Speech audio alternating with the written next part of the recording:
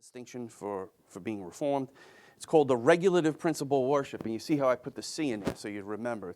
The regulative principle of worship is a teaching primarily emphasized in the Reformed churches that the public worship of God should include only those elements that are instituted, commanded, or appointed by command or example in Scripture.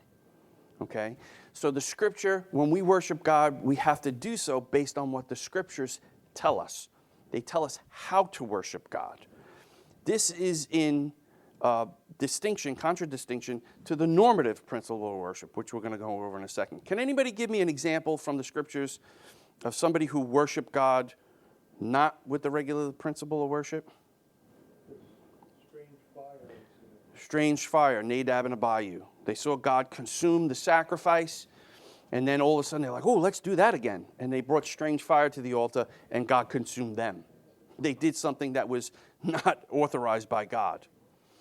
So our confession, the 689, says this: the acceptable way of worshiping the true God is instituted by himself, and so limited by his own revealed will, that he may not be worshipped according to the imaginations and devices of men, nor the suggestions of Satan, under any visible representations or any other way not prescribed in the Holy Scriptures.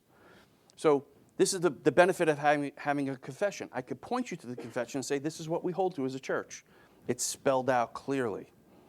By contrast, the normative principle, which is what most other churches do, teaches that worship must consist of that which is commanded by God, but also may include that which is not specifically prohibited by Scripture, so long as it is agreeable to the peace and unity of the church. And peace and unity of the church is going to be subjective to the pastor and the congregation. So they can bring in all kinds of stuff. You have people doing dances and movie themes and all kinds of stuff on the altar of God that are not prescribed by Scripture. You have to be wary of that.